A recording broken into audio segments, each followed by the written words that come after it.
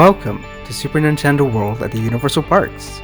Welcome to the vibrant world of Nintendo and Mario Kart Bowser's Challenge, Universal Creative's most ambitious ride to date. On this episode of How It Works, we'll dive into the high-tech world of the land's headliner dark ride and break down the vehicles, animatronics, and technology that blend together into the world's first and only Mario Kart attraction. Also, backed by popular demand, there are hidden gears throughout the video, so if you see them, crack the code, enter them below, and win points.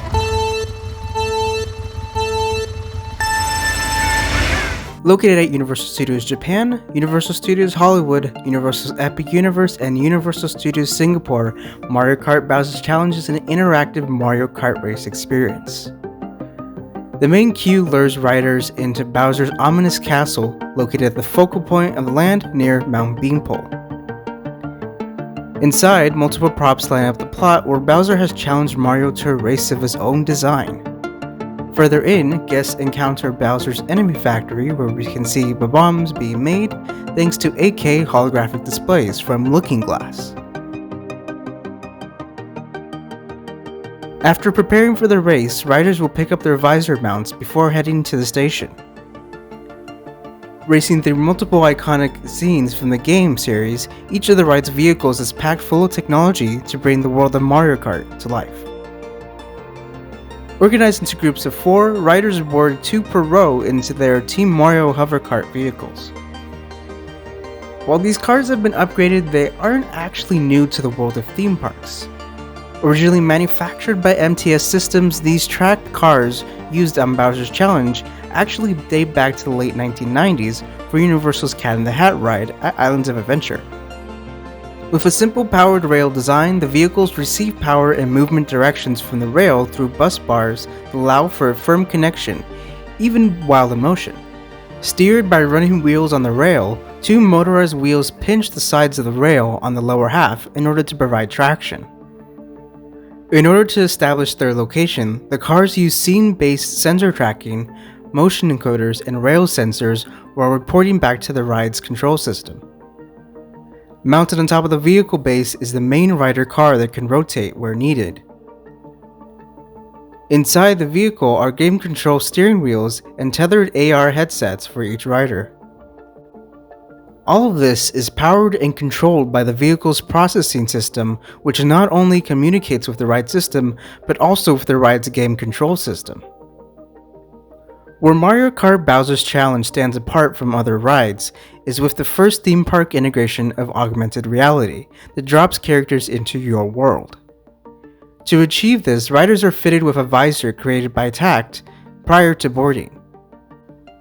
When riders load in, they pull down their lap bar and snap on the tethered AR headset to the visor.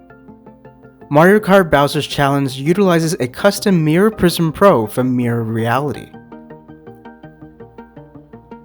These simplistic AR headsets use small OLED screens and concave display surfaces that are both reflective and transparent.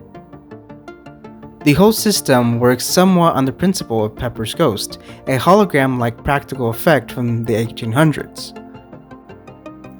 Being tethered to the vehicle, all AR rendering is done onboard the car, allowing for real-time adjustments thanks to motion sensors in each headset. Each headset coordinates with the vehicle while also synchronizing with props and animations on external screens using side cameras for object recognition. For the attraction, Universal collaborated with HoloLabs to create the entire gameplay and interactive media system. The Universal Cup layout of Bowser's Challenge is a combination of multiple racetracks from the game with features blended together with different display techniques. Tracking the movement of the vehicle and props, the interactive system is able to coordinate with the vehicle when to cue game events along with animations. Given the interactivity, real-time messaging allows for rendering rider actions like shell throwing onto the screens in real time. In order to bring Mario Kart to life, Universal has broken their habit with a perfect blend of projection LED screen displays that are used throughout the ride along with physical sets. In some sections, projection mapping aids in more dimensional displays on rockwork and surfaces that aren't as flat. However, on flat surfaces, curved surfaces, or areas obstructed by props, LED screens are used and provide good contrast due to not being projected or having a backlight. Throughout the ride, the AR headsets are able to lock onto and track props around the riders for certain game events. Many of Mario Kart's tracks feature physical set pieces such as a number of animatronic characters, mainly the ride's piranha plants in the fourth scene. Created by Animax Designs, these animatronic piranha plants feature a rotating base and smooth movements that easily sync to gameplay.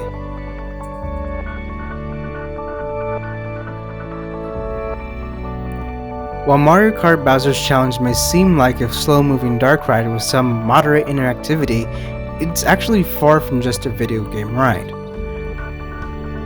The ride blends the game mechanics of Mario Kart with the main controls of a dark ride. Behind the scenes, a series of servers coordinate with dozens of vehicles to progress through a game and a dark ride, while keeping track of well over 100 instances of the custom game all at once. The central ride control system directs the vehicles, game servers, screen media controls systems, and animation systems, all to keep lines moving. All dark rides have multiple modes in which they operate in order to keep the story progressing, and this extends to Mario Kart's game engine as well. Default mode is a standby mode where the ride's sets, screens, and game instances have not been activated but are ready awaiting a trigger. In playback mode, an event is triggered by the ride system and the event proceeds being played back as designed, with animations, audio, and lighting. In the event of a delay or pause, the central ride control system will direct the game engine into an extend mode where the game events pause and audio tracks will loop. Now that we have an understanding of the ride's vehicles, AR headsets, interactive media systems, show control systems, and modes, let's hop in and get set for a race.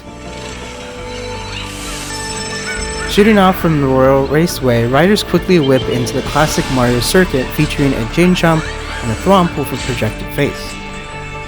Throughout the scenes, riders can spot characters jumping from the AR headset perspective onto the external screens.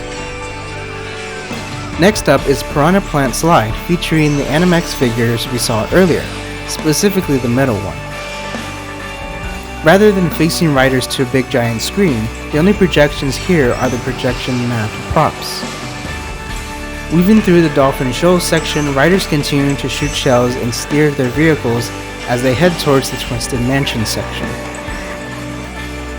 Featuring more rich LED screens and moving props, this is actually one of the more impressive and detailed sets of the ride. Passing through the Cloud Top Cruise section, riders arrive at the Grumble Volcano scene to battle Bowser in the final boss section.